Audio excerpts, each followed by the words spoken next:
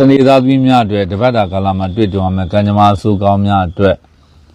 ဒုက္ခကျေပွင့်တေရောနမိတ်ကိုတေရောကခုနှစ်ကချပြီးတော့ကံကြမ္မာဖတ်ကြားပေးမှာဖြစ်ပါတယ်ပြီးခဲ့တဲ့နှစ်ပတ်တာကာလမှာတော့ကျွန်တော်ကကျမ်းမာရေးအခြေအနေရ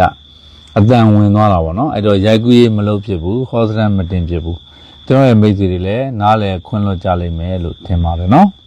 အားလုံးကိုလည်းတောင်းပန်ပါတယ်အနုညော့အဲ့တော့ဟောစရန်အစီအစဉ်လေးမစတင်ခင်မှာကျွန်တော်ရဲ့မိတ်ဆွေတွေကိုအယူတော်မင်္ဂလာချမ်းနေပြီးတော့သတင်းစကားလေးတွေပါကြပါတယ်နံပါတ်1ကကျွန်တော်အယူတော်မင်္ဂလာချမ်းကိုနေ့စဉ်ဗုဒ္ဓဟူးနေ့ကလွယ်ပြီးတော့ကျန်တဲ့ရက်တွေမှာပိတ်ရက်မရှိဖွင့်ပါတယ်ဒါနေ့စဉ်ရောက်ရှိလာကြတဲ့လူပေါင်းများစွာကိုအယူတော်မင်္ဂလာချမ်းနေပြီးတော့ထမင်းတွေကျွေးလက်ဖေးတွေတိုက်ပြီးတော့အခမဲ့မေတ္တာနဲ့ရရချီပေးတဲ့ရရအောင်မြင်ဖြစ်တဲ့အတွက်ခုနှစ်ရက်သားသမီးတွေအားလုံးလည်းပဲစိတ်အေးချမ်းသာစွာနဲ့လွတ်လွတ်လပ်လပ်လာရောက်နိုင်ပါတယ်နော်ဒါမှနေ့ကတော့ကျွန်တော်တို့ဒီကျောင်းသူကျောင်းသားတွေကမကြခင်မှာ grade 12ဖြည့်ဆိုကြမဲ့ကျောင်းသူကျောင်းသားတွေအတွက်ပညာရေးတည်တံ့ရရပွဲရှိပါတယ်နော်အဲ့တော့ကျွန်တော်တို့ grade 12ပြုလုပ်မဲ့ကျောင်းသူကျောင်းသားတွေအတွက်ကျွန်တော်တို့ပညာသင်ကြားပညာစောင်းဝတ်ဖြည့်ဆိုကြမဲ့ကျောင်းသူကျောင်းသားတွေအတွက်ပညာရေးတည်တံ့ရရပြုလုပ်မဲ့ရက်ကတော့3လပိုင်း10ရက်နေ့ကနေပြီးတော့15ရက်နေ့အထိပညာရေးတည်တံ့ရရပြုလုပ်မှာဖြစ်ပါတယ်။ကျောင်းသူကျောင်းသားတွေလာပြီးတော့ရရခြေနိုင်ပါတယ်နော်။အဲ့တော့ကျွန်တော်တို့ဘာယူလာခဲ့ရမလဲဆိုရင်စောင်းပွဲကမှာအသုံးပြုမဲ့ဘောပင်တွေခုံတော်ပေဒံတွေခဲဒံတွေခုံနံပါတ်ကက်ကလေးတွေယူဆောင်လာပြီးတော့အဲ့ဒီရက်ဒီမှာနန်းနဲ့7နာရီကိုအရောက်လာခဲ့ရမှာဖြစ်ပါတယ်နောက်တစ်ခုကဒီဆေးဖော်ပွဲရှိပါတယ်တပေါင်းလာပြည့်နေ့ညမှာဆေးဖော်ပွဲရှိပါတယ်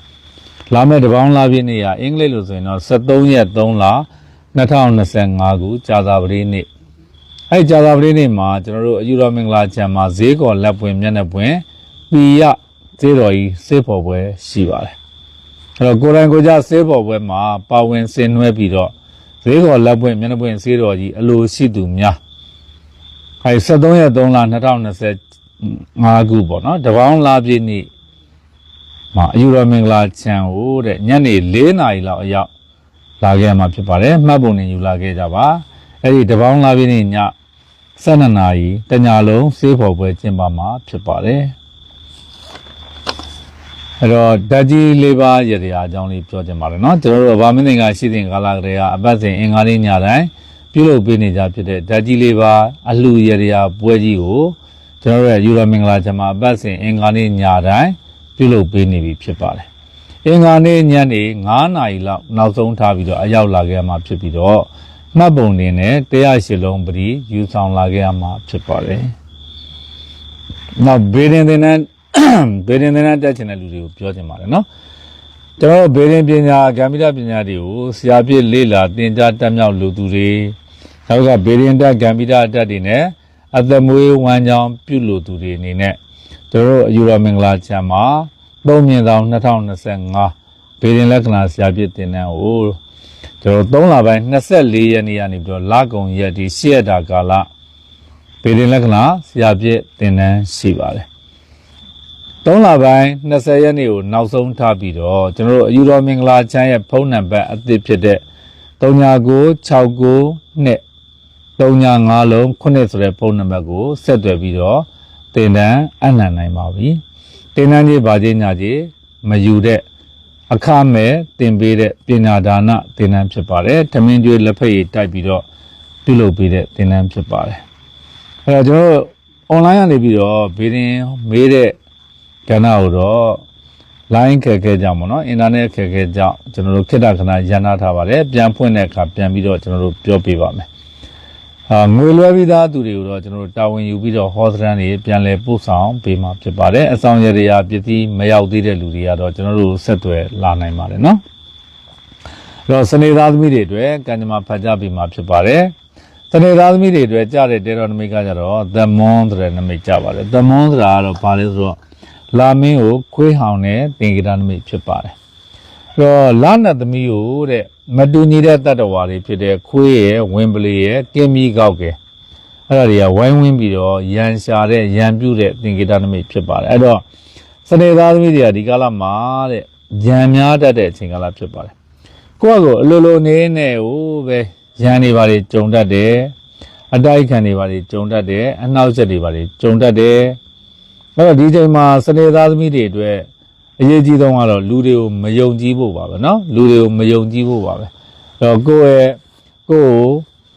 ကဒီလူကိုယုံတယ်လူယုံတတ်တဲ့အချိန်ဆိုလဲမမှားပါဘူးအဲ့တော့လူတွေရဲ့အတွင်းစိတ်ဆိုတာတွေကတော့ခံမှန်းရခက်တဲ့အခြေအနေမျိုးရှိပါတယ်နောက်ကအလောက်ကိုင်းစီးပွားရေးလုပ်ငန်းအနေနဲ့ပတ်သက်ပြီးတော့စက်တူရှယ်ယာလုပ်ငန်းလုပ်ကိုင်းဖို့အတွက်ကြံစီနေတဲ့ကြိုးစားနေတဲ့အားထုတ်နေတဲ့စနေသားသမီးတွေကိုအထူးပြောချင်တာကတော့အထူးသတိထားတဲ့အချိန်ကာလဖြစ်ပါတယ်တကယ်ကိုထဲဝင်လေ့လာပြီးတဲ့အခါကျတော့စဉ်းစားဆုံးဖြတ်တဲ့အချိန်ဖြစ်ပါတယ်နောက်တစ်ခုကတော့ဗာလဲဆိုတော့ဒီကိုယ်ပိုင်စီးပွားရေးလုပ်ကိုင်လုပ်နေတဲ့လူတွေကဘာအခက်အခဲတွေကြုံတတ်လဲဆိုတော့ဦးနှင်းပဲ့ထောင်ပဲ့နှင်းတော့ဦးထောင်အဲ့လိုမျိုးတွေဖြစ်တတ်တယ်အဓိကတော့ဖျို့ဖျဲလေးတွေကြုံရတတ်တဲ့အချိန်ကာလမျိုးဖြစ်တတ်ပါပဲနောက်တစ်ခုကကျွန်တော်တို့ဒီစနေသားသမီးတွေရဲ့ကံတရားမှာဘာတွေကြုံတတ်သေးတယ်လဲဆိုတော့ဒီဝန်ထမ်းလုပ်နေတဲ့လူတွေတဲ့နောက်တစ်ခုကကုမ္ပဏီဝန်ထမ်းလုပ်နေတဲ့လူတွေပေါ့နော်အဓိကတော့လကစားတွေပေါ့လကစားတွေအတွက်ကြတော့လုပ်ဖို့ကင်ပဲအချင်းချင်းစိတ်ဝမ်းကွဲတာမျိုးတွေအထက်လူကြီးတွေဆရာသမားတွေလက်အောင်ငယ်သားတွေနဲ့ပတ်သက်ပြီးတော့စိတ်ညစ်စရာလေးတွေကြုံရတတ်တယ်။နောက်ဆွေမျိုးသားချင်းတွေထဲမှာနာရေးတွေပါတွေပေါ်ပေါက်တတ်ပါတယ်တဲ့။နောက်လူမှုရေးနဲ့ပတ်သက်တဲ့ကံစားတာကတော့အကောင်းဘက်ကိုပြန်ပြီးတော့ပြောင်းလဲလာတာပေါ့။ကိုယ်ရန်ရှာနေတဲ့လူတွေအတိုက်ခံလုပ်နေတဲ့လူတွေအပြိုင်တိုင်းလုပ်နေတဲ့လူတွေကွဲကွာနေတဲ့မိတ်ဆွေပေါင်းတဲ့တငယ်ချင်းတွေနဲ့ပြန်လည်ပြီးတော့စုံစည်းရတတ်ပါတယ်။ငွေချင်းနဲ့ပတ်သက်တဲ့ကံစားတာမှာကျတော့မော်ဝိဇ္ဇာဆိုတဲ့နမိတ်ကြတာပေါ့နော်။အဲ့တော့မော်ဝိဇ္ဇာနမိတ်ကကျတော့ဝိဇ္ဇာမသကဲ့သို့နတ်မသကဲ့သို့အစဉ်ပြေတဲ့ကံတရားရဲ့သင်္ကေတနမိတ်ပါအဲ့တော့စနေသားသမီးတွေကငွေကံတွေပါတော့ကောင်းပါလေငွေချင်းနဲ့ပတ်သက်နော်စိတ်ချမ်းသာတတ်တယ်အဲ့တော့ရစရာကြီးတာတွေမမျော်လင့်မနဲ့ရတာတွေပေးစရာကြီးတာတွေမမျော်လင့်မနဲ့ပေးနိုင်တာမျိုးတွေကြုံရတတ်ပါအဲ့တော့ငွေချင်းနဲ့ပတ်သက်ပြီးတော့အခက်အခဲကြုံတွေ့နေရတဲ့စနေသားသမီးတွေဆိုရင်ဒီကာလမှာအထက်ပုဂ္ဂိုလ်တွေဝိဇ္ဇာတွေထံမှာတိုင်တယ်ဆူတောင်းခြင်းအဖြစ်ငွေချင်းနဲ့ပတ်သက်ပြီးတော့ကံကောင်းနိုင်ပါတယ်နောက်ကျမ်းမာရေးပေါ့နော်ကျမ်းမာရေးကတော့ the star ဆိုတာဒူဝင်ကျန်နမိတ်ပါထွန်းလင်းတောက်ပတဲ့ကံသာတာနမိတ်ကြတယ်ကျမ်းမာရေးကံသာတာကောင်းမယ်အဖက်ဘက်ကနေအဆင်ပြေမယ်တဲ့နောက် clear ဖြစ်တယ်ဆိုခံစားနေရတဲ့ယောဂဝေဒနာတွေသက်သာပြောက်ကင်းသွားတတ်ပါတယ်နောက်ပညာရေးနဲ့ပတ်သက်ပြီးတော့သင်တန်းနဲ့ပတ်သက်ပြီးတော့စောင်းမွဲနဲ့ပတ်သက်တဲ့ကံသာတာမှာတော့အင်မနာမစိတ်ချမ်းသာပျော်ရွှင်ရတတ်ပါတယ်အဲ့တော့အခုလာမယ့်ရက်တွေတော့ဒီမှာစောင်းမွဲဖြည့်စုဖို့အတွက်ကျိုးသားထုတ်နေတဲ့သင်အကြောင်းသူကြောင့်သားတွေအတွက်ဆိုရင်တော့အင်မနာမစနေသားသမီးတွေအတွက်အင်မနာမနမိတ်ကောင်းပါတယ်နောက်ခြေအိမ်တော်ရင်းနဲ့ပတ်သက်တဲ့ကံသာတာမှာဆိုရင်တော့ဆုံးဖြတ်ချက်ချဖို့ခဲရင်းနဲ့ပြဿနာလေးတွေကြုံရတတ်ပါတယ်နောက်ခက်ဆုံးဖြတ်ပြီးတော့မှအကောင့်တွေပေါ်ရတတ်တယ်အိမ်တော်ပြုဖို့ကိစ္စတွေစိစက်ကြောင်းလမ်းကိစ္စတွေမင်္ဂလာကိစ္စတွေတခြားသောအိမ်တော်ရေးအခြေအနေနဲ့ပတ်သက်တဲ့ကိစ္စတွေမှာဆိုရင်ခက်ဆုံးဖြတ်ပြီးတော့မှအောင်မြင်မှုရတတ်တယ်ပေါ့နော်အောင်မြင်မှုတော့ရတတ်တယ်ခက်တော့ဆုံးဖြတ်ချက်ချတတ်တာပေါ့ဒါစနေသားသမီးတွေအတွက်ကံတရားကိုဖတ်ကြားပြီးကြတာဖြစ်ပါတယ်အဓိကစက်တူလုပ်ငန်းတွေဆရာလုပ်ငန်းတွေပူးတွဲပေါင်းဆက်လုပ်ငန်းလုပ်မဲ့သူတွေစနေသားသမီးတွေဆိုရင်အထူးသတိထားသင့်ပါတယ်စနေသားသမီးတွေအတွက်အကျိုးပေးတဲ့ကံကောင်းတဲ့အရာဆိုရင်အနီရောင်နဲ့ညီညွတ်ရောင်နဲ့ကောင်းပါတယ်နောက်တစ်စသုံးဆုံးတို့သုံးစတစ်ဆုံးတို့စတဲ့နံပါတ်တွေရှာပြီးတော့ထိုးပါရသော်ဘုရားရှင်ကိုရောမြတ်ကြီးကိုတဲ့စပယ်ပန်ကတ်လူပူတော်ပြီးတော့ဆူတောင်းမှာပေါ့နော်အញ្ញံခိုက်တွေပြပြောက်ပြီးတော့ကောင်းကျိုးလိုရာဆန္ဒရရှိစေမှာဖြစ်ပါတယ်